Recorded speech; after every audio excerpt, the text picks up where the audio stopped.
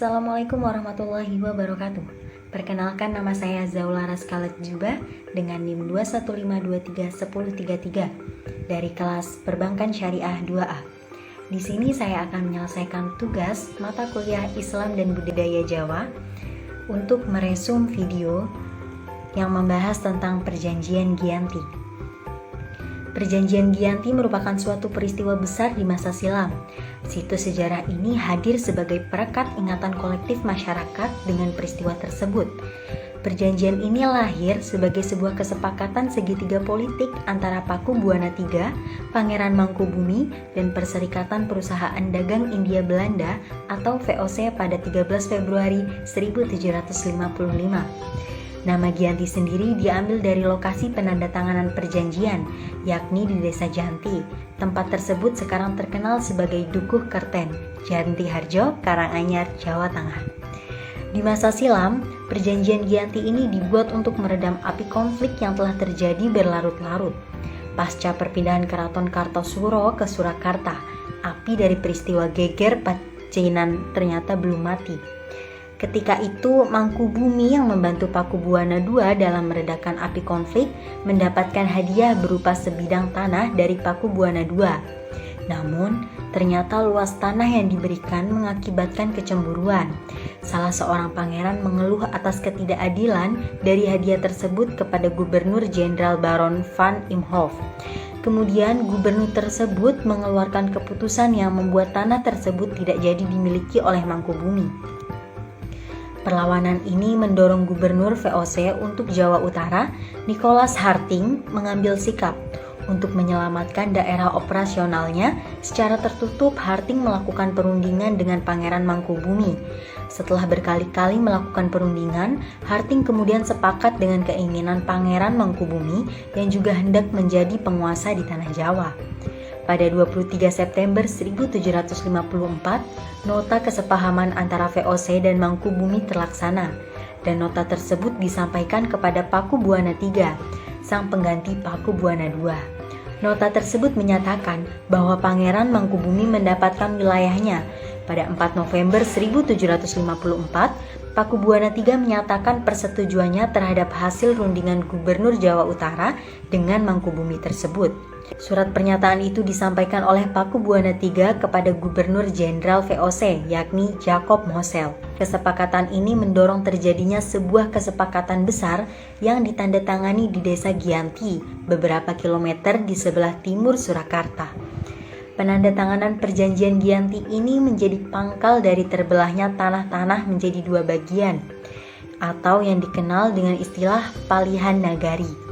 Hal ini menjadi awal mula naik tahtanya Mangkubumi di Yogyakarta sebagai Sri Sultan Hamengkubuwono I dengan gelar Senopati ing Ngalogo Sayyidin Panatogoro Khalifatullah. Sejak ditandatanganinya perjanjian tersebut pada 13 Februari 1755.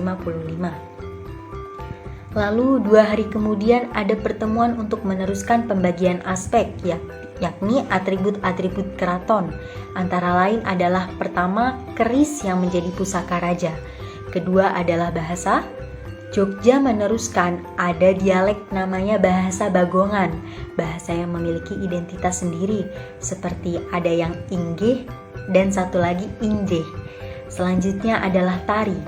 Kalau Yogyakarta seperti menunjukkan kegagahan, sedangkan Solo lebih halus. Akan tetapi, keterbelahan masyarakat Jawa tersebut tidak terjadi seketika pasca perjanjian Giyanti. Proses pembagian wilayah dan juga aspek-aspek lain seperti bahasa mengalami proses panjang yang berjalan seiring dengan waktu.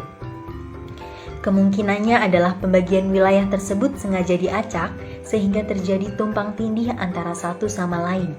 Beberapa wilayah Jogja yang di sekelilingnya adalah Solo, dan beberapa wilayah Solo yang sekelilingnya adalah Jogja, sehingga mengakibatkan kecenderungan untuk terjadi konflik di antara dua kerajaan itu.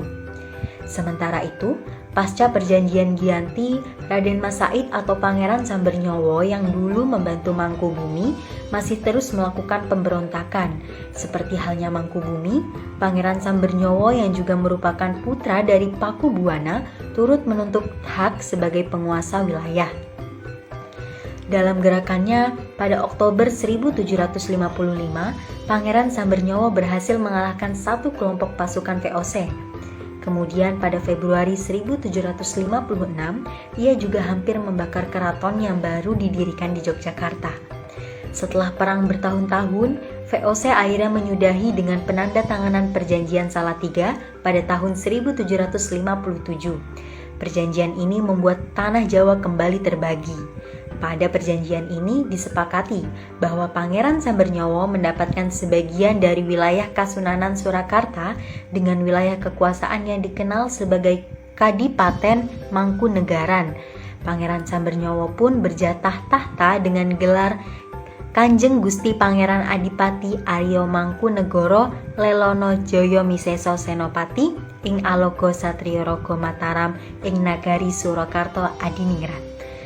Kemudian, pada tahun 1813 di masa pemerintahan Gubernur Jenderal Thomas Stamford Raffles dari Kerajaan Inggris, Kesultanan Yogyakarta juga terbelah dengan lahirnya Pakualaman. Dengan demikian, Tanah Jawa kemudian memiliki 4 pembagian wilayah pemerintahan, masing-masing tumbuh dengan perbedaan model dan orientasi politik. Dan hal inilah yang mengantarkan Jawa pada rupa yang beragam. Sekian dari saya, kurang lebihnya mohon maaf. Wassalamualaikum warahmatullahi wabarakatuh.